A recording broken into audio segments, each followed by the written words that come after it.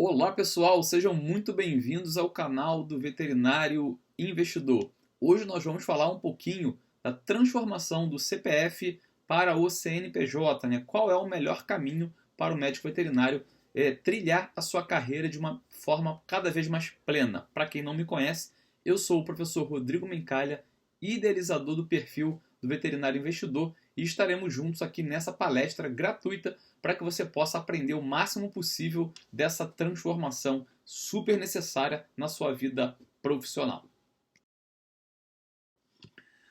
Bom, então inicialmente nós vamos falar um pouquinho dos desafios legais e tributários das nossas especialidades, né? Então inicialmente nós vamos tentar entender quem é um médico veterinário. Será que o médico veterinário ele pode ser considerado um profissional autônomo? Será que ele é um profissional liberal? Vamos tentar entender isso de uma vez por todas, porque, assim como eu, você provavelmente também não teve uma disciplina na sua graduação para te ajudar a formar os seus conceitos e você entrar no mercado de trabalho não somente preparado tecnicamente, mas preparado também para lidar com todas essas questões tributárias e burocráticas.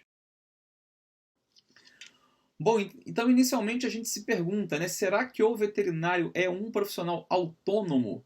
Então vamos à definição do autônomo, né? O autônomo seria aquele profissional que não possui vínculo empregatício, né? Então inicialmente a gente pode até pensar, opa, eu sou um autônomo, mas na verdade vamos lá, ele trabalha de forma independente, né? Ou seja, ele não é funcionário de nenhuma empresa. Então, num primeiro momento, a gente até acha que o médico veterinário pode se adequar a essa questão do profissional autônomo. Mas vamos ver. Segue aqui comigo para a gente dar uma olhadinha no próximo slide. Nesse slide, a gente se pergunta, ou será que o veterinário ele é um profissional liberal? Então, pela definição, o profissional liberal é aquele que possui um registro em uma ordem ou um conselho para exercer a sua profissão, como os advogados que têm a OAB, como os engenheiros que têm o CREA, ou os médicos que têm o CRM e nós médicos veterinários que temos o CRMV.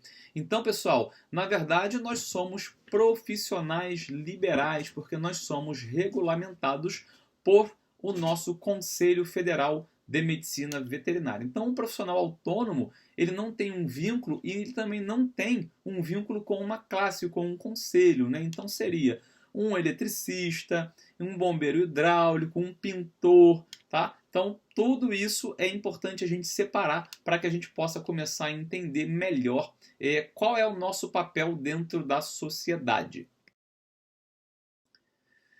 E nesse contexto, a gente conversa então um pouquinho sobre o que é o profissional liberal. É aquele profissional que tem uma formação superior, ele é regido por um estatuto, né? Ou seja, tem um regulamento próprio na sua profissão e ele precisa dela para exercer a sua atividade, né? Então nós precisamos sim da nossa formação para atuarmos como médico veterinário. E eu tenho o direito de manter um contrato de trabalho com uma pessoa jurídica, certo? E eu também posso oferecer os meus serviços sem nenhum tipo de vínculo. Ou seja, é absolutamente normal eu querer trabalhar sem nenhum tipo de vínculo, eu posso também trabalhar com um vínculo.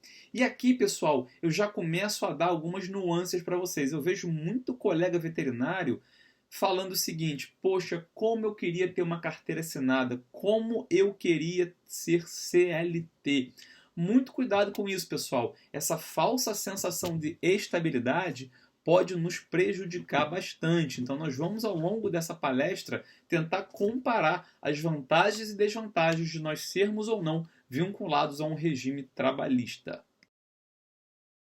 Bom, logicamente, né, nesse primeiro momento, eu devo dizer para vocês que o profissional liberal precisa fazer a sua gestão financeira, né? Então, não deem bobeira com isso. Então, todos os dias a gente precisa lançar numa planilha, num aplicativo, na sua planilha do Excel, anotar na sua agenda, no seu caderno, tudo aquilo que está entrando e tudo aquilo que está saindo, né? Ou seja, a gente anotar tanto as receitas como as nossas despesas. E nós vamos conversar muito sobre isso na palestra de agora, para que você possa cada vez mais estar alinhado com a atual necessidade do mercado veterinário.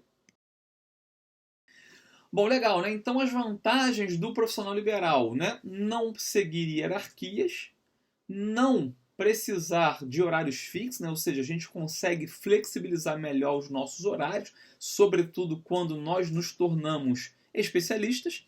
E eu também tenho a possibilidade de melhores rendimentos, né? Então, quando eu comparo, por exemplo, com um profissional de carteira assinada, o CLT sabe que vai ganhar X naquele mês. Legal, né? Então, muitos veterinários falam assim, nossa, como eu queria ter carteira assinada. Você todo dia 5, todo dia quinto, todo quinto dia útil de cada mês você está lá com o teu salário na conta.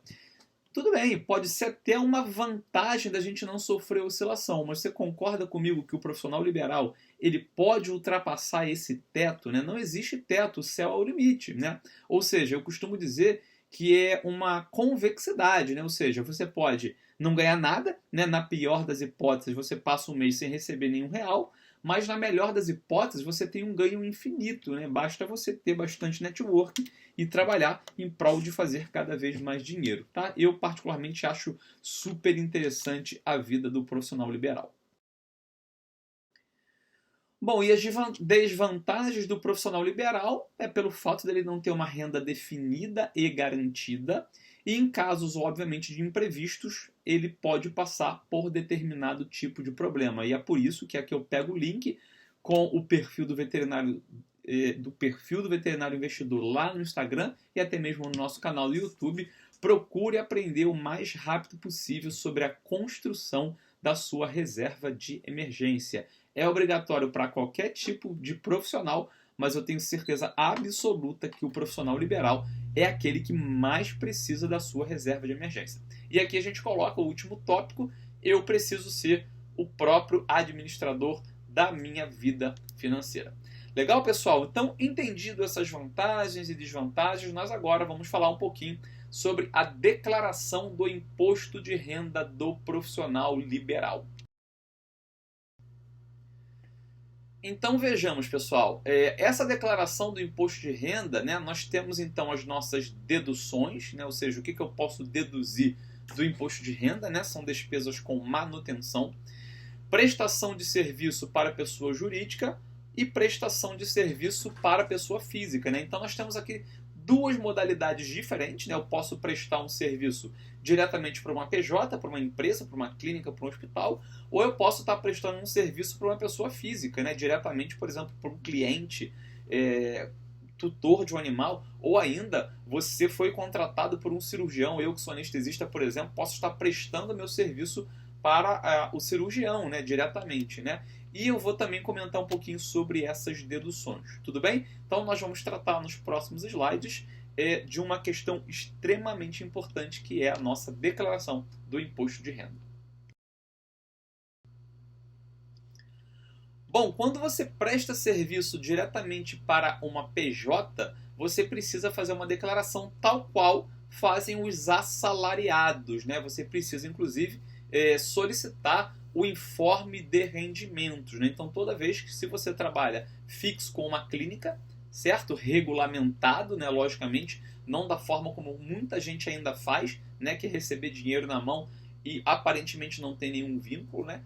Então nós precisamos, inclusive, nesse momento, informar rendimento, nome da empresa, o CNPJ, e aqui nós vamos ter o imposto de renda retido na fonte, bem como aqui o valor do INSS, né? Ou seja, nós temos aqui os rendimentos tributáveis recebido pela pessoa jurídica, tá? Então, logicamente que se você recebe de uma clínica e você é regulamentado, né? Ou seja, você como pessoa física ou como pessoa jurídica, nós vamos comentar sobre isso no decorrer dessa palestra, e você está prestando serviço para uma pessoa jurídica, em tese é a pessoa jurídica que vai lhe pagar e já vai fazer a retenção do seu imposto de renda na fonte, tá? Isso aí é extremamente importante. Por mais que muitas clínicas e muitos hospitais ainda não façam isso, o que eu tenho para dizer para vocês é que a Receita Federal está cada vez mais apertando o cerco e a gente vai precisar se organizar o mais rápido possível. Agora, se você presta serviço diretamente para a pessoa física, você precisa recolher mensalmente esse imposto através do Carnê-Leão. Então, qual é a diferença? Quando você presta serviço para uma PJ, você vai receber no início do ano fiscal os seus informes de rendimento.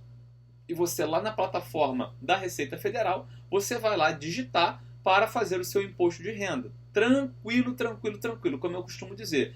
Não precisa deixar isso na mão do contador, você pode fazer toda a gestão do seu patrimônio sem nenhum tipo de problema. Agora, se você presta serviço para uma pessoa física, ok? Você precisa recolher mensalmente esse imposto no chamado Carnê-Leão. Então você vai mensalmente calcular o imposto de renda através do Carnê-Leão e vai emitir uma guia, uma DARF, né? Você vai ter que pagar essa DARF todos os meses, legal?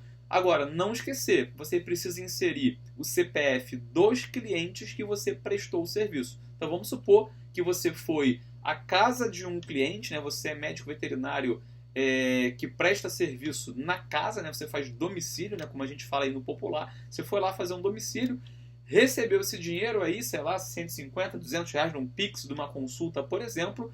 Em tese, você precisa declarar esse dinheiro que caiu na sua conta, né? Então, ao final do mês, lá no Carnê-Leão, você vai lá e vai colocar qual foi o CPF do cliente, né, que você prestou o serviço, qual foi esse valor, e aí é extremamente importante que você entenda que você precisa fazer isso. E cada cliente que efetuou o pagamento deve ser informado individualmente, né, com a indicação do seu CPF, de toda a sua documentação. Então isso é bem importante, né? Vamos supor que você tenha feito aí 30 domicílios nesse mês, você vai precisar declarar individualmente os 30 atendimentos que você fez, emitir a DARF e pagar a guia no final do mês corrente, tá? Isso é extremamente importante para você não se enrolar.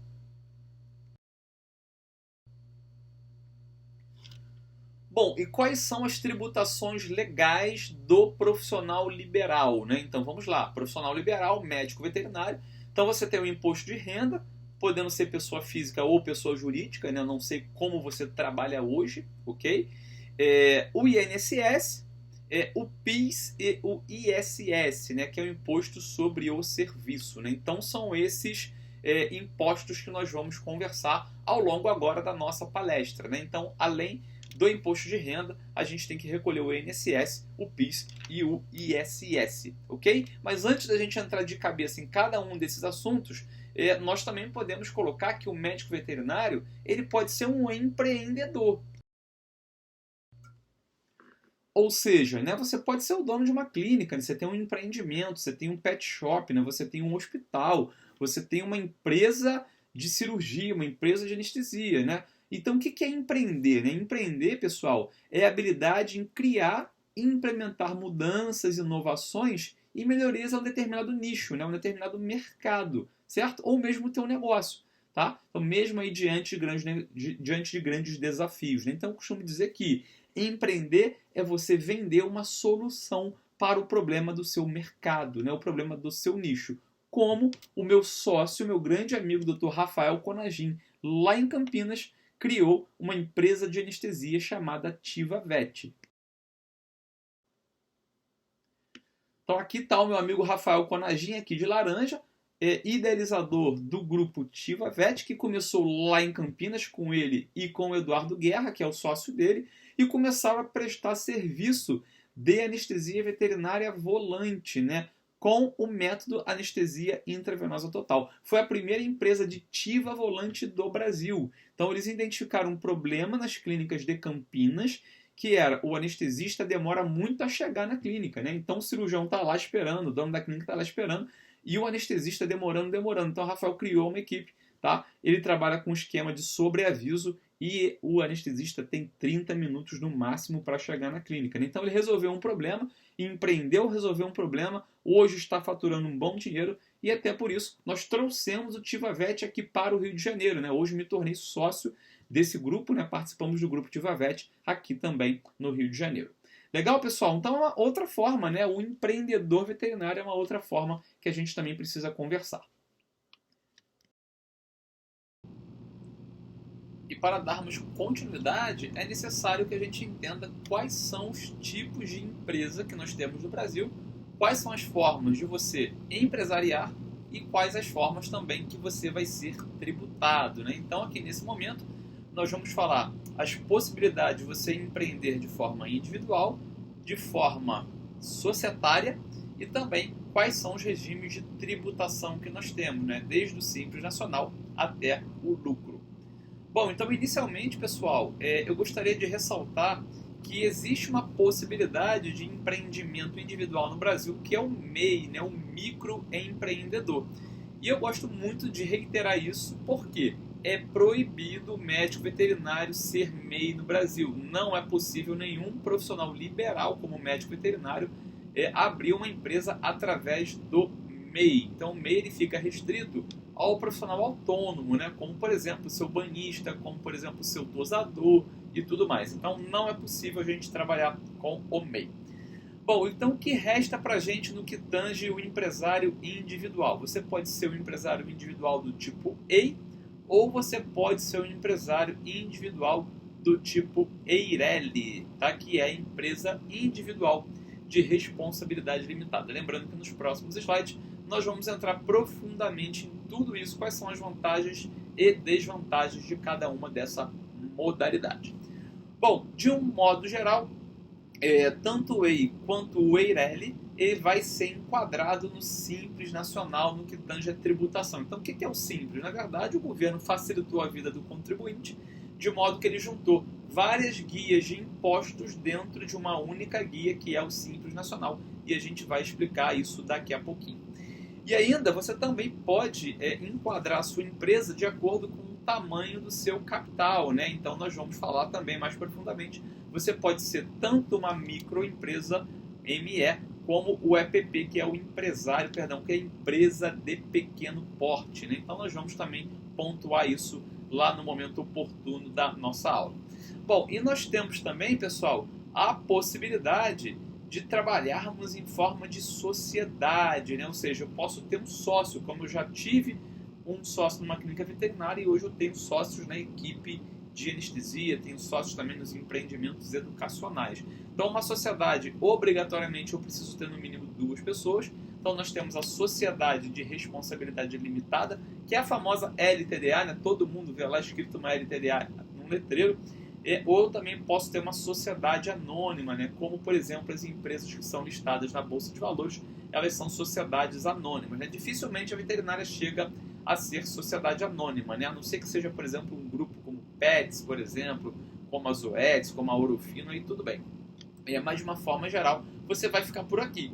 Ou você vai ser EI, ou você vai ser EIRELI, ou você vai ser LTDA. E durante a pandemia nós tivemos uma outra possibilidade, que é a abertura de uma SLU. Tá? A SLU é uma modalidade empresarial nova no Brasil, tá? Ela surgiu no meio da pandemia, se eu não me engano foi logo no iniciozinho da pandemia, e a SLU é uma sociedade limitada unipessoal. Então isso é muito legal, né? Porque antigamente eu não poderia abrir uma empresa sozinha, né? Então, com o passar do tempo surgiu o MEI, surgiu o EI e surgiu o EIRELI. Mas infelizmente a gente vai ver que alguns desses regimes individuais, o nosso patrimônio acaba sendo colocado em risco à medida que a gente faz esse tipo de empresariado. Agora, a SLU não, né? A SLU é um tipo de sociedade que eu posso trabalhar sozinho, né? Eu posso ser dono de 100% do meu negócio, né? A famosa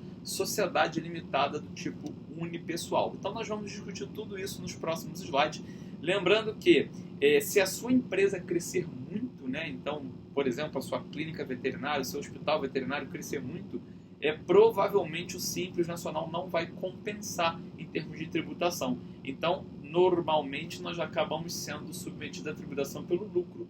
E aí o lucro ele pode ser o lucro presumido ou ele pode ser o lucro real. Tá? Então a ideia é que nos próximos slides a gente possa conhecer um pouquinho melhor disso aqui. Então, para resumir, você pode no Brasil ser um empresário individual, né? Você pode ser sozinho, sim, ou você vai montar a sua empresa pelo EI, ou você vai montar a sua empresa pelo EIRELI, ou hoje em dia você já pode montar pelo SLU, que é o que me agrada mais no momento. Se você for ter uma sociedade com mais um sócio ou com um grupo de sócios, você vai ter que montar ou uma sociedade de responsabilidade limitada, a LTDA, ou quem sabe ainda crescendo muito, você futuramente até abrindo capital na bolsa, você vai ter uma sociedade anônima. Quanto à tributação, isso está muito relacionado com o seu faturamento, tá? Na maioria das vezes, nós meros mortais vamos ser tributados pelo regime do Simples Nacional. Sendo você microempresa ou empresa de pequeno porte, tanto faz, mas se você atingir um certo faturamento anual, é muito provável que você tenha que migrar para o lucro, tá? Então nem sempre o Simples Nacional é melhor. O Simples, ele só é chamado de Simples porque ele simplificou a cobrança em uma única guia do governo.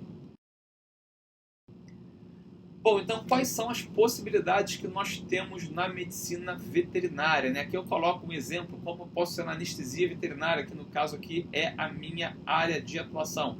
Eu posso ser pessoa física, eu posso ser um empresário individual, eu posso ser uma empresa individual de responsabilidade limitada, que é o EIRELI, eu posso ter uma sociedade de responsabilidade limitada, que é uma LTDA, eu posso ser uma sociedade unipessoal limitada, que é uma SLU, ou quem sabe, né, futuramente a gente pode até ser uma sociedade anônima, né? Esse slide, inclusive, eu apresentei ele no 2º Congresso Internacional Online de Anestesia e de Intensivismo Veterinário. Então a gente já vem há algum tempo falando sobre isso, da necessidade que nós temos de mudar. O médico veterinário precisa entender que, na maioria das vezes, dependendo aí do quanto ele já atingiu de renda mensal, ele não pode se perpetuar como pessoa física, né? Então o tema da nossa aula gratuita aqui no canal do Veterinário Investidor é a gente migrar o CPF para o CNPJ.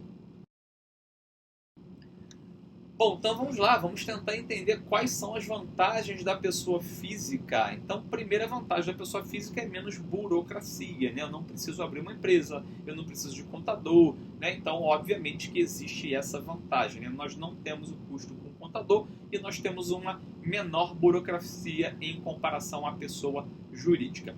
No entanto, olhem quantas desvantagens nós temos, né? Nós temos uma alta tributação, tá? O regime tributário é muito pior para a pessoa física no Brasil.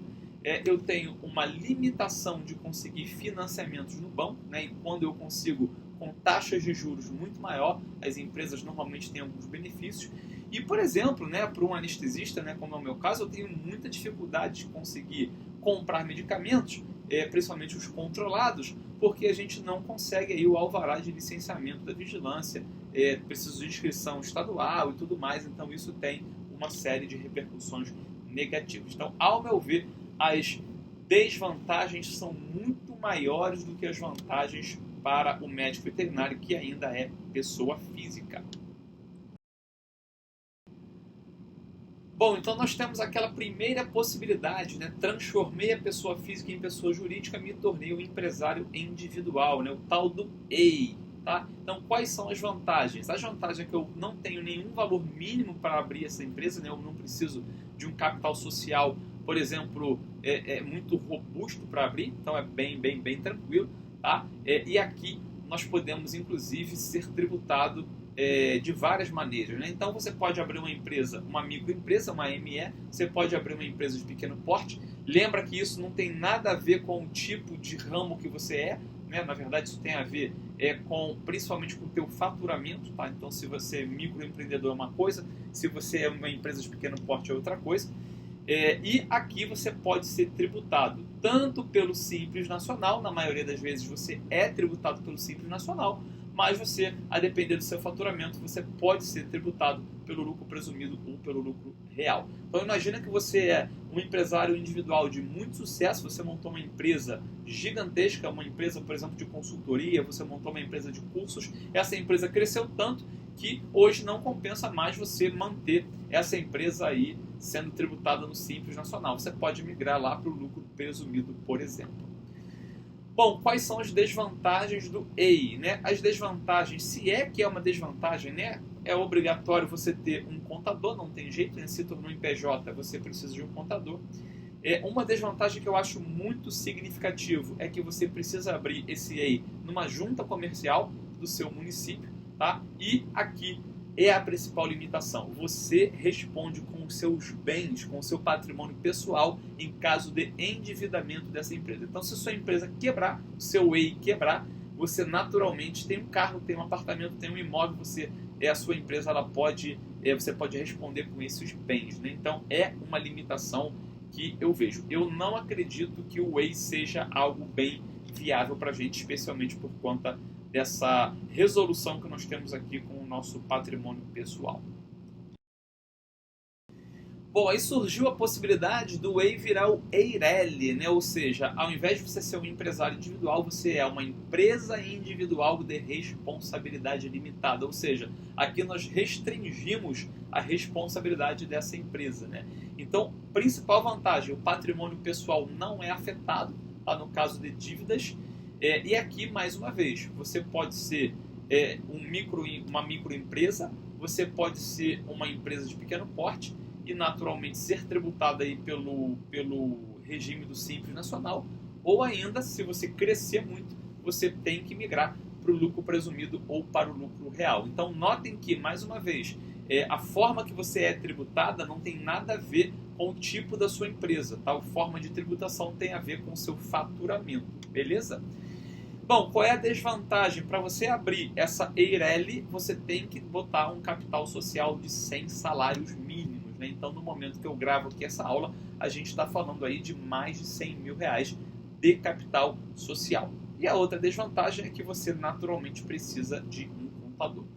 Beleza, né? Então a gente ficou muito nisso, né? A gente migrou da pessoa física, mas para a gente ficar sozinho, num passado muito próximo, né? Num passado não tão distante, ou eu era EI ou era EIRELI, né? Então o EI, fácil de abrir, porém a gente responde com o nosso capital pessoal, né, com o nosso patrimônio pessoal, e aqui não, né? Mudou para o EIRELI, eu não respondo mais com o meu patrimônio pessoal, mas eu preciso de um capital social de 100 salários, né? Então a gente ficava realmente muito entre a cruz e a espada, né? Foi aí que surgiu a ideia dos órgãos governamentais de se criar uma sociedade de responsabilidade limitada, né? Uma sociedade unipessoal. Tá? Então, a sociedade unipessoal, ela seria a interseção do que poderia ser um veterinário individual, ou tanto o EI quanto o EIRELI, tá? Ela ficou na interseção entre uma sociedade e uma empresa individual, né? Então, a grande sacada aí do momento é nós podermos abrir uma empresa na modalidade SLU. Você ser uma sociedade limitada unipessoal, onde você não responde com seu patrimônio pessoal e você naturalmente aí restringe toda essa responsabilidade, né? Então acredito que seja a melhor forma da gente trabalhar. Bom, sociedade de responsabilidade limitada, né? Aqui você obrigatoriamente precisa ter um sócio, ok? Então pelo menos mais um sócio, né? Então você pode ter uma equipe de anestesia, uma equipe de cirurgia, uma equipe de médicos veterinários especialistas, por exemplo, tá? Então, uma sociedade de responsabilidade limitada tem a principal vantagem, a responsabilidade ser limitada ao capital da empresa, tá? Igualzinho a tributação, tá? Ou pelo Simples Nacional, ou pelo lucro presumido ou lucro real. E aqui você também pode optar por ser uma microempresa, uma empresa de pequeno porte, ou caso as coisas cresçam mais, né, você vai mudar esse tipo de enquadramento funcional da sua empresa. Para mim aqui a nossa única desvantagem é ter o contador e logicamente, né, todos esses impostos aí que a gente tem hoje em dia no Brasil, que estrangula o lucro líquido das nossas empresas. Bom, e por fim nós temos a figura da sociedade anônima, né? Dei como exemplo aqui o grupo Pets, né, que abriu recentemente o capital na Bolsa de Valores. Tá? Então, as vantagens do capital social não é atribuído a um nome, né, e sim a uma sociedade anônima. É dividido em ações, então aqui a gente precisa dividir essa empresa em ações. Ela pode ser de capital fechado ou de capital aberto, né? O que é isso? Capital fechado é quando você pode até comprar a cota dessa empresa, mas é diretamente na empresa, ela não está aberta na Bolsa de Valores. E quando a empresa decide abrir o capital, ela abre para qualquer sócio do Brasil, do mundo, poder investir o seu dinheiro, tá? Isso é bastante interessante. E o lucro dessa empresa, ela é distribuído aos seus acionistas, tá? Isso é bem legal. E aqui eu coloco como desvantagens, mais uma vez, o contador e, obviamente, todo aquele imposto que a gente precisa pagar. Bom, veterinário, então, para a gente entender melhor essas tributações, né? Então, já falamos lá, os modelos de tributações que nós temos no Brasil é o modelo de Simples Nacional e o modelo do lucro, tá? Então, nós vamos agora passar um pouquinho sobre o lucro e sobre o Simples Nacional.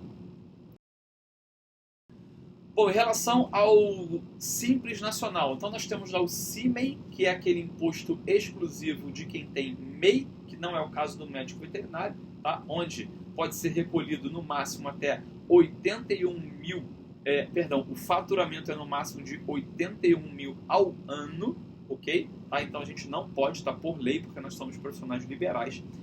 A microempresa, você pode faturar até 360 mil reais ao ano, né? Então estou aqui rapidamente consultando a minha calculadora, 360 mil anuais dividido por 12, eu posso faturar até uma média de 30 mil reais por mês. Logicamente que isso atende a maioria dos médicos veterinários. Então, colega médico veterinário que me ouve, me dá o prazer aí e a credibilidade de estar me ouvindo.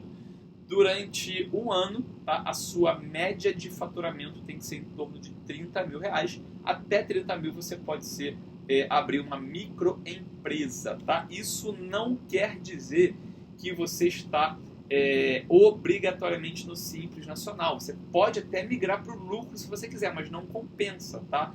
Então, os modelos que nós vamos ser tributados no Simples Nacional o microempreendedor, o MEI, microempreendedor individual, que não cabe ao veterinário, microempresa e empresa de pequeno porte. Então, a microempresa, você pode faturar até 360 mil anuais, atende a maioria.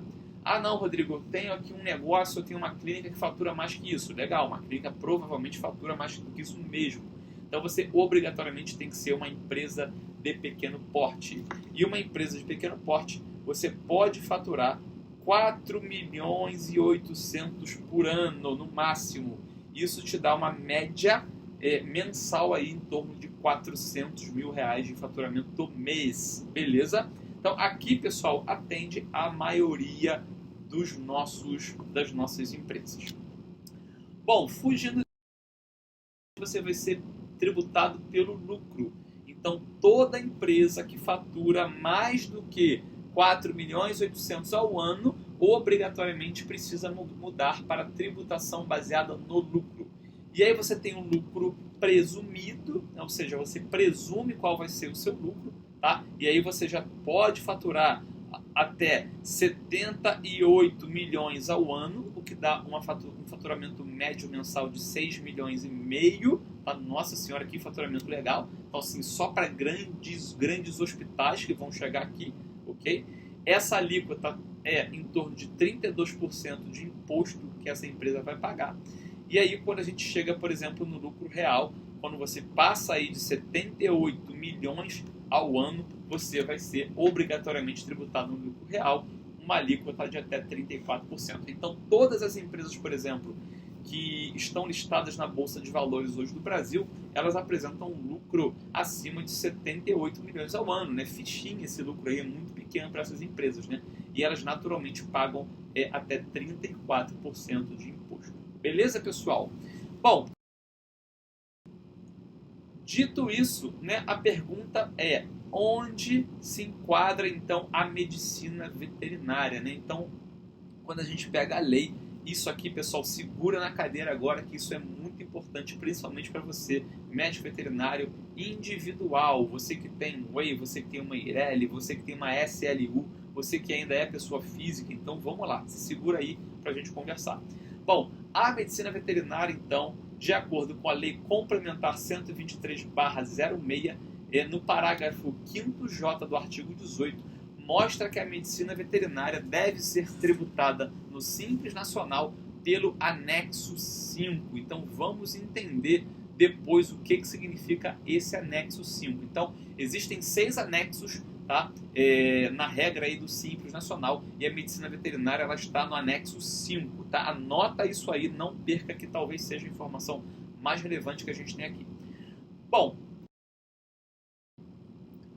mas normalmente o que faz o médico veterinário? Né? O médico veterinário ele chuta o pau da barraca, ele fala assim, não, eu não vou abrir empresa, eu vou ser pessoa física, Rodrigo.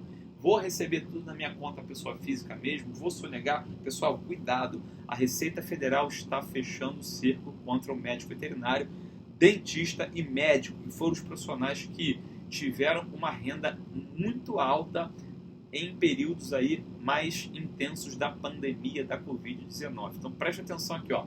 Então como que funciona isso? E por que você provavelmente não se adequa bem no modelo pessoa física? Então se você faturar até R$22 mil por ano, né? Vamos colocar aqui 29, eu vou arredondar para 29 mil ao ano, tá? Isso dá mais ou menos aí um salário de R$2.416. Se você ganha hoje, VET, mais do que R$2.400, não compensa você ser pessoa física. Você precisa abrir uma PJ, uma pessoa jurídica. Então presta atenção aqui, pessoal. Você só vai ser isento se você ganhar no máximo R$2.400 por mês. Ah, Rodrigo, eu ganho só isso, tá? Minha média de rendimento é no máximo R$2.400 por mês. Beleza, continue na pessoa física porque você está isento de imposto de renda. Se você fatura de 23 mil a 34 mil reais por mês, perdão, por ano, vamos colocar aqui, ó, 34 mil por ano, vai te dar uma média de salário de 2.833. Se você ganhar até isso, você paga apenas 7,5% de imposto. Talvez possa até valer a pena você ainda ficar por aqui. Agora, olha lá, hein? Se você fatura até 45 mil ao ano, isso corresponde a R$3.750 ao mês, você já vai pagar 15% de imposto de renda sobre o seu rendimento. Pessoal, a coisa está ficando feia. Se você ganha até 56 mil reais, estamos aqui na quarta faixa da alíquota, se você ganha até 56 mil reais ao ano, isso vai te dar uma média de 4.666 reais, você vai pagar 22,5% de imposto de renda. E se você já fatura acima de 56 mil reais ao ano, isso vai te dar um salário de 4.666, ou seja, se você faturar aí 5 mil reais por mês, você já atinge o teto do imposto de renda, né? Então você já está pagando, impressionante, 27,5% de imposto de renda. Pessoal, isso é muito sério. Então imagina você, médico veterinário, que ganha 5 mil reais por mês, tá? Vou calcular aqui quanto que você precisa recolher de imposto de renda de cara, hein? Então peguei aqui 5 mil reais, tirei 27,5% de imposto, então vamos lá, ó, 27,5% de imposto, vezes 5 mil reais, que é o teu rendimento mensal, você vai pagar R$1.375 de imposto. Só vai sobrar para você 4 mil e poucos reais. Então, pessoal, menos de 4 mil reais na verdade, né? Não dá para ficar pagando imposto como pessoa física. Bom, e como que esse médico veterinário, então, pode ir para o Simples? Como ficaria no Simples Nacional? Se você ficar inserido no anexo 5, né, conforme eu falei lá na lei complementar, tá, no anexo 5, tá, você ganhando até 180 mil reais ao ano, isso aqui vai te dar 15 mil reais por mês de rendimento, tá? Então se você ganha até 15 mil reais por mês de salário aí, seja como for, você vai cair na primeira faixa do anexo 5 do Simples Nacional. Então você paga 15,5% de imposto. Então notem, transformei a PF em PJ, você sai de 27,5% de imposto para 15,5% de imposto. Então, pessoal, por mais que 15,5% já seja muito imposto, você melhora e muito, saindo de 27,5% para 15,5%. Então, vamos lá. 27,5% menos 15,5%, você economizou aí 12% de imposto. Agora, o ideal não é esse. O ideal é que você seja inserido no anexo 3. Ah, Rodrigo, mas você falou que a lei era anexo 5. Então, eu vou tentar te dar uma visão de como você pode ser inserido no anexo 3. Bom, então, como eu coloco aqui, ó, o ideal é você ser incluído no anexo 3. Então tem que conversar com o seu contador a possibilidade, a viabilidade, é ele que vai decidir isso, obviamente ele que é o especialista, mas você tem que conversar. Uma coisa é você chegar no contador totalmente cru, a outra coisa é você chegar no contador conversando de igual para igual. Olha, eu vi a possibilidade da gente abrir a minha empresa no anexo 3 ou migrar a minha empresa do 5 para o 3. Por quê? Olha só, no anexo 3, os mesmos R$180 mil por ano, que corresponde aqui a uma média de R$15 mil por mês, você paga apenas 6% de imposto. Então você sai lá dos 27,5% da pessoa física, cai para os 15,5% no anexo 5 e cai agora para 6% no anexo 3. Rodrigo, é aqui que eu quero entrar. Então presta atenção, pessoal. Logicamente que isso é progressivo. Quanto mais você ganha, mais você vai pagar de imposto. Então vamos ver aqui, por exemplo, vou pegar uma especialidade aí que às vezes ganha bastante dinheiro. Vamos pegar um cirurgião aí que esteja faturando uma média de 40 mil por mês. Multiplicado por 12 dá 480 mil por ano, né? Então ele ficaria aqui na faixa 3, 13,5% de imposto. Então ainda é muito melhor. Ele sai lá de 27,5% da pessoa física, ele sai ali provavelmente de uns 18, 21% talvez no anexo 5 para apenas 13,5% de imposto. Então o anexo 3, pessoal, é o ideal para que o médico veterinário seja inserido. Mas Rodrigo do céu, você falou que não dá, você falou que é lei. Então vamos lá que tem uma brechinha aqui para nós. Quando a gente começa a conversar então sobre o anexo 3, você pode ser inserido, tá, de acordo com o fator R, né? Então como que eu posso ser incluído no anexo 3 pelo fator R? Então o que é o fator R? Tá? Eu coloco aqui, ó. Você já deve ter ouvido falar do fator R. Trata-se de um cálculo que é realizado mensalmente pelo seu contador para que algumas empresas enquadradas no Simples Nacional possam ser inseridas no anexo 3, ao invés do anexo 5. Tá? Isso está na Lei Complementar 123 do ano de 2006. E agora eu vou te ensinar no próximo slide como que isso é possível. Senta aí na cadeira, segura na cadeira aí, colega, que as coisas vão melhorar para nós. Então o cálculo do fator R é muito simples. Você vai pegar a sua folha salarial dos últimos 12 meses, vai dividir pela sua receita bruta, e se esse cálculo der maior do que 0,28% ou 28%, você pode ser inserido no anexo 3.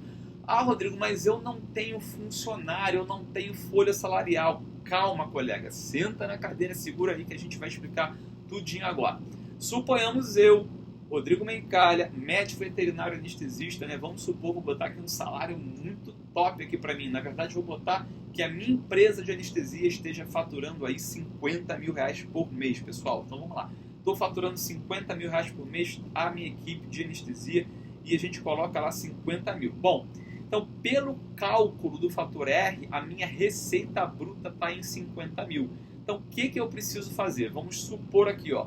Vamos supor que desses 50 mil, 25 mil seja destinado ao Prolabore, meu e do meu sócio, né? Então eu coloquei aqui um Prolabore, né? Então eu e meu sócio, Dr. Davi, a gente está lá com 25 mil de folha salarial. Folha salarial ou Prolabore, tá? Então 12,5 para mim, 12,5 para o Dr. Davi e a nossa empresa faturando 50 por mês. Então vamos ver quanto que dá isso. Eu pego 25 mil de folha salarial, ou no nosso caso aqui de Prolabore, divido por 50 mil, que foi a nossa receita bruta, e eu tenho aqui um resultado de 0,5, que corresponde a o que, pessoal? A 50%. Então o meu fator R está maior do que 28%.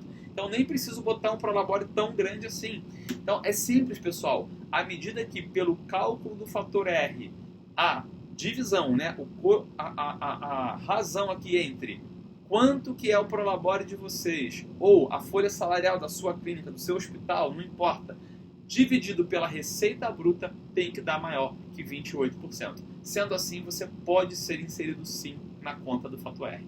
Curtiu? Então legal demais isso aqui. Isso pode ajudar muitas empresas veterinárias, pode ajudar muitos colegas veterinários que têm a sua empresa pequena, é um EI, é um EIRELI, é um SLU, né, que foi o joinha que a gente deu hoje, então fica muito legal. Então, ó, nós vamos apresentar agora, nos próximos slides, alguns cases para vocês entenderem, cases práticos para a gente poder entender. Segurem na cadeira. E aqui que eu coloco, né, a folha salarial, ela pode ser o prolabore dos sócios.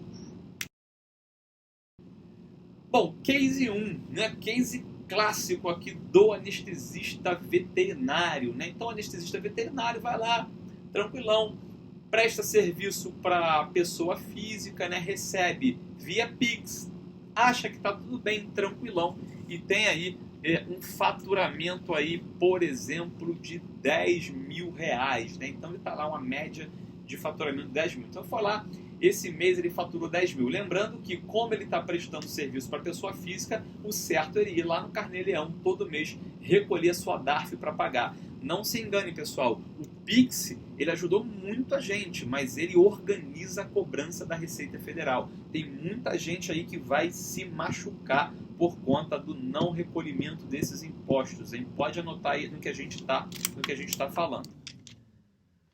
Bom, preste atenção então, vamos lá. Então, quando a gente tem aqui, por exemplo, né, o imposto de renda pessoa física desse case 1, pela tabela progressiva do imposto de renda, eu já estourei o teto, né? Eu já estou lá na quinta faixa, na alíquota máxima de 27,5%. Então, se eu faturei 10, o meu imposto aproximado, né? Aqui é bem aproximado, tá, pessoal? A gente não está sendo muito preciso, por exemplo, com cálculo do INSS e tudo mais, mas para a gente entender, a gente ficaria aí mais ou menos com 27,5% de imposto, R$ 2.750. Vamos aqui no case 1. Então, abri o Carnê-Leão. Então, a gente está vendo aqui, ó, os rendimentos tributáveis. Fui lá, coloquei 10 mil, tá? Coloquei tudo de uma vez. Tá? O certo é você botar anestesia, por exemplo, consulta, por exemplo. Então, nós colocamos aqui, caímos aqui na quinta faixa, né, de 27,5%. O governo te deu um descontinho aqui e ele te cobrou 18,8% de imposto, né? Ele deduziu o seu imposto, na verdade, porque existe essa dedução lá na pessoa física. Então, presta atenção, pessoal. Dos 10 mil reais que esse anestesista ganhou, ele teve que recolher, logo nesse mês, R$ 1.880,64 de imposto. Então, a ideia agora é a gente transformar esse colega em uma pessoa jurídica, né? Se segura aí para ver como vai ficar. Bom, transformando então esse colega em pessoa jurídica, né, em PJ, eu troquei ele aqui de pessoa física para uma sociedade limitada unipessoal e, pelo cálculo do fator R, ele foi inserido no Simples Nacional no anexo 3, né? Então vamos supor que ele receba os seus 10 mil reais, conforme exemplo anterior, ele ficaria na primeira faixa, né? Ele ficaria na primeira faixa pagando 6% lá do Simples Nacional, porque ele caiu naquela faixa de até 180 mil reais por ano. Beleza? Agora, não podemos deixar de colocar também que, nesse modo, ele também precisa recolher o seu INSS, né? Em torno aí, mais ou menos, de 12% aí do seu faturamento, né? Então, total aproximado, ele vai pagar R$ 600 de Simples Nacional, tendo em vista que ele ganhou 10 mil reais, e vai pagar também mais 12% do INSS. Isso, pessoal, olha como isso melhorou. Ele saiu de um cálculo absurdamente elevado, em torno de 27,5% de imposto da pessoa física, sem as deduções, é verdade, e agora ele cai na faixa de número 1, pagando 6% mais o valor do INSS. Então, é extremamente importante que você entenda, ó, só de cara aqui, tirando o INSS, ele teria um rendimento líquido aí em torno de R$ 9.400. Mas não podemos deixar de dizer também que ele precisa pagar o seu INSS.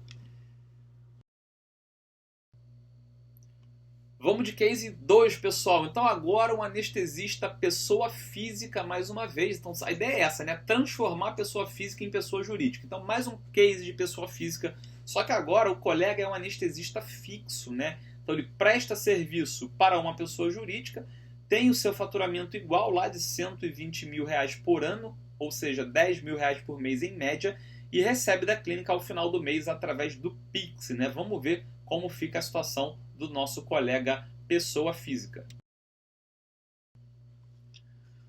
Bom, naturalmente, como ele está recebendo de pessoa jurídica, ele não precisa do carnê-leão, ele não precisa emitir a DARF todo mês, ele pode deixar para o início do próximo ano fiscal, tá? Então vamos lá, ele fez isso, ele abriu o programa aqui da Receita Federal aqui de 2021, foi lá na aba Rendimentos Tributáveis de Pessoa Jurídica, recebidos de forma acumulada pelo titular, ou seja, de forma acumulada significa que ele recebeu ao longo do ano anterior da sua declaração. Então ele foi lá, vai colocar aqui o CNPJ da fonte pagadora, o nome da fonte pagadora e quanto que ele recebeu. Então nós vamos botar aqui R$120 mil que nós vamos pagar sobre esse imposto.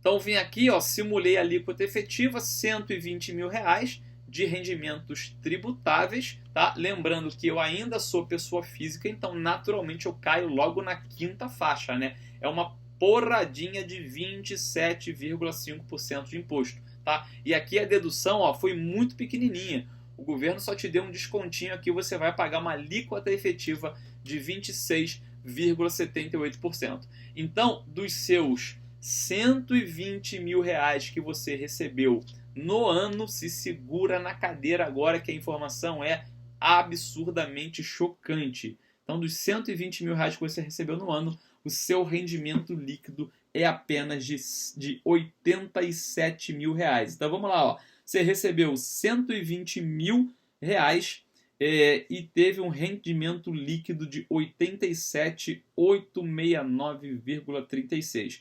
Você pagou de imposto R$32 mil. Por quê? Porque você trabalhou como pessoa física e estourou todos os tetos, todos os limites que você poderia fazer. Esse é o problema da pessoa física, pessoal. Então agora, o que nós vamos fazer? Eu vou transformar esse colega que foi sangrado aqui em R$32 mil no ano de imposto de renda e eu vou passar agora ele para a pessoa jurídica. Bom, pessoal, antes de mais nada, né, antes da gente até pensar em passar para a pessoa jurídica, né, vamos ver como fica a situação desse colega agora com emissão de RPA. Né? Então, antes de eu passar ele para a pessoa jurídica, ainda tem a possibilidade do RPA, que muitas empresas hoje estão exigindo RPA. Então, eu mesmo faço anestesia num grupo bem grande de clínicas aqui no Rio de Janeiro, né, um grupo de hospital, na verdade, e eles também exigem esse RPA do veterinário que trabalha como pessoa física. Né? Então vamos lá. Com a emissão de RPA, como é que ficaria? Você estaria na tabela progressiva também, né? 27,5%, você ainda é pessoa física. Pagaria 12% de INSS e a depender aí do serviço e até do seu estado, de 2 a 5% de ISS, que é o imposto sobre serviço. Então, como ficaria isso com a emissão do RPA? Vamos ver se vale a pena.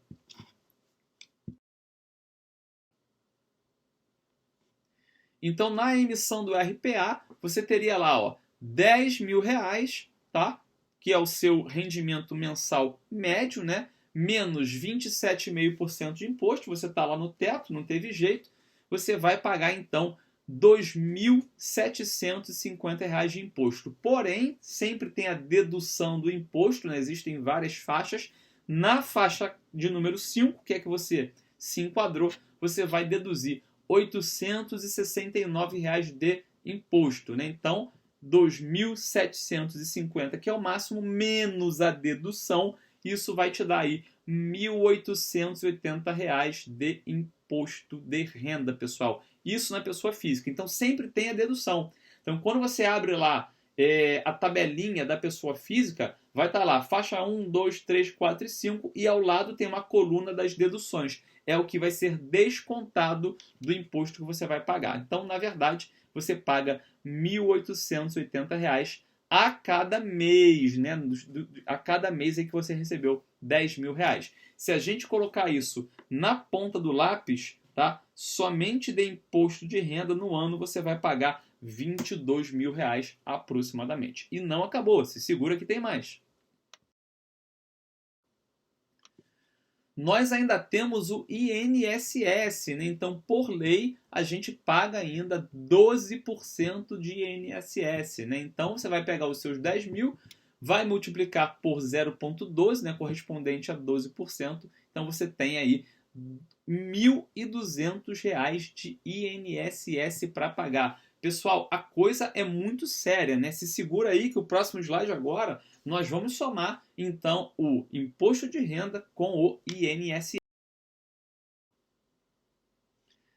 E olha como fica com a emissão do RPA, como fica a vida do veterinário. Então, ele recebeu 10 mil, ele teve que pagar R$ 3.100 de impostos. Por quê? Tem R$ 1.880 do imposto de renda da pessoa física, mais R$ 1.220 do INSS. Então, na verdade, o salário bruto dele é R$ 10 mil e o salário líquido dele fica na casa de R$ 6.899,36. É isso mesmo, pessoal.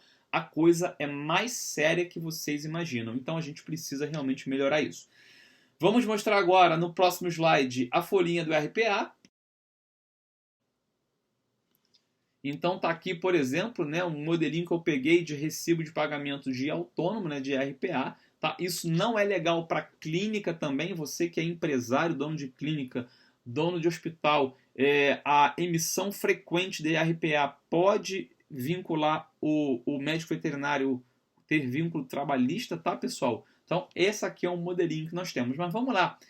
Vamos transformar esse pobre coitado que perdeu quase, sei lá, 40%, 30% do seu salário de imposto, vamos transformar ele agora na pessoa jurídica. Transformando então o colega na pessoa jurídica, né? Tirei ele da pessoa física, transformei ele num SLU ou simplesmente, né, a sociedade limitada unipessoal, se ele quiser ficar sozinho, ou ainda ele pode optar por abrir um grupo de anestesistas, né, já que o caso foi de anestesia, é uma sociedade limitada, né, ou seja, ele precisa de um sócio aqui, ou uma SLU ou uma LTDA. Conseguimos incluí-lo no Simples Nacional no anexo 3 pelo cálculo do fator R, e aí esse colega, faturando lá os seus 120 mil reais ao ano, vai pagar apenas 6% de imposto da primeira faixa. Logicamente que eu não estou considerando aqui, por exemplo, o INSS, né? Ele vai pagar o INSS também, mas mesmo ele pagando o INSS, as coisas vão ficar muito melhores para ele, né? Então, somente dessa maneira, ele teria um rendimento líquido, eu botei aqui um asterisco e faltou o INSS, de 112.800 mil reais. Então, pessoal, não tem jeito, pessoal. Se você fatura mais do que 4 mil reais por mês, já compensa você se transformar em uma PJ, numa pessoa jurídica. E aí, juntamente ao seu contador, ele vai ver o melhor regime para você. Não deixem de fazer isso. Ok, pessoal? E vamos agora, então, para o nosso último case do dia. No nosso último case do dia, eu tenho agora uma equipe de anestesia, né? Então imagina lá os meus amigos de Campinas do Tivavet, na época que eles ainda eram pessoa física, né? Então um grupo de anestesia, por exemplo, né, recebendo via Pix da pessoa jurídica, recebendo via Pix também da pessoa física, né? Então o movimento deles, então mais ou menos assim, né? Isso aqui obviamente arbitrado, né? Vai lá fazer uma anestesia, o cliente paga direto e isso corresponde a um montante aí de 60%, aí seja Pix, seja dinheiro, por exemplo. E quando eles recebem da clínica, né, da prestadora de serviço também, algo em torno do montante aí de 40%. Né? E vamos supor que esse grupo aí tenha uma média de faturamento mensal de 100 mil reais, né? São muitos anestesistas, diga-se de passagem, beleza? Então, um case extremamente interessante, um grupo de pessoas físicas de anestesistas recebendo via pessoa física e via pessoa jurídica, né? Vamos tentar desembolar esse case. Bom, nesse momento então, pessoal, pelo cálculo da tabela progressiva do imposto de renda da pessoa física, eu vou pagar 27,5% de imposto. Então não tem jeito, né? Então o recebimento da pessoa jurídica você pode fazer lá no início do ano posterior, né, no início do ano fiscal, e aqui você vai pagar a bagatela de 27,32% de imposto. Então eu botei lá o percentual, lembra que nós tínhamos 60% e 40%, então o correspondente ao faturamento de 100 mil reais ao mês, né? Então isso ao ano daria 1.200.000 reais. Na pessoa jurídica, essa empresa estaria sendo tributada em cima de 480 mil reais. Então, na pessoa física, seria um imposto absurdamente gigante, né, pessoal? Estaríamos pagando aqui 131 mil reais de imposto somente da pessoa jurídica, porque a tua alíquota que ficou em torno de 27,32%. Já os recebimentos via pessoa física, né, você teria que fazer isso mensalmente no Carnê-Leão. Então eu coloquei aqui o faturamento proporcional, tá, de 60 mil reais por mês, né? Então já que tem que ser mensal, lembra que o faturamento foi de 100 mil ao mês e 60% era via pessoa física, né, via Pix, via dinheiro. Então foi tributado 60 mil ao mês. Eu cairia aqui também na última faixa, né, 26,05% de imposto, e estaríamos pagando dos 60 mil de faturamento, 15.630 reais de imposto por mês. Pessoal, não tem condições a gente fazer isso, pessoal. Então imagina essa empresa lá, o Tivavet de Campinas, faturando 100 mil reais por mês, ainda sendo pessoa física, sendo que 60% do faturamento vem via Pix do cliente, 40% vem via Pix também da empresa. É um faturamento alto, mas a tributação está muito ruim. Então nós vamos transformar esse case, né, pegando esse pessoal da pessoa física, transformando ele para a pessoa jurídica. Transformando o pessoal, então, do exemplo em pessoa jurídica, eu transformei eles em uma sociedade limitada de responsabilidade, ou seja, Sociedade de Responsabilidade Limitada, que é a LTDA. Então colocamos eles no Simples Nacional e pelo cálculo do fator R no anexo 3, né? Lembrando então que o prolabore da galera tem que ser de pelo menos 28% do faturamento, e aqui eles caíram na quarta faixa do anexo 3, o que corresponde a uma faixa de imposto de 16%. Então ainda assim fica um imposto elevado, né? De 1.200.000 de faturamento ao ano, eles pagariam aí então 192 mil reais de imposto, né? Parece muito, e é, na verdade, mas é muito melhor do que ser tributado de 27,5% de imposto. Então, o faturamento líquido dessa galera, logicamente, mais uma vez, né, botei um asterisco, não estamos aqui descontando ainda o INSS sobre os prolabores, tá? É sobre aquele prolabore que a gente tem que calcular o INSS. Esse rendimento líquido aí ficaria então em torno de 1 milhão de reais. Beleza, pessoal? E as nossas considerações finais, pessoal. A transição da pessoa física para a pessoa jurídica é fundamental, porque somente assim você vai conseguir maximizar os seus ganhos e minimizar os seus tributos, pessoal. E ainda assim, existem outras possibilidades da pessoa jurídica, que é melhor poder de financiamento, melhor taxa de juros, você regulamentar sua empresa para comprar medicações controladas, insumos. Então existe uma série de benefícios. É óbvio que a nossa tributação no país é muito ruim, é muito alta, né? As empresas estão cada vez mais esmagadas com impostos, mas tenha certeza, pessoal, que a pessoa física ainda é muito pior, a não ser que você ainda esteja sonegando, né? E a gente termina a nossa aula de hoje, né, alertando os senhores que sonegar imposto é crime, né, com pena, detenção de 6 meses a 2 anos e multa de até 5 vezes o valor do imposto, né? Eu não conheço nenhum veterinário que tenha sido preso, mas eu conheço vários veterinários que tiveram que pagar multas estratosféricas por sonegação.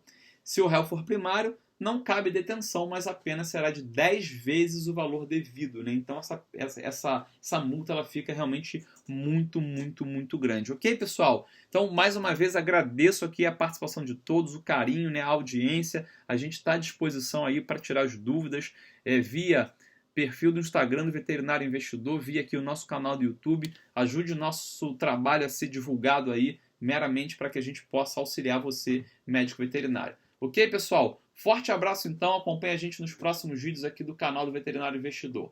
Até mais!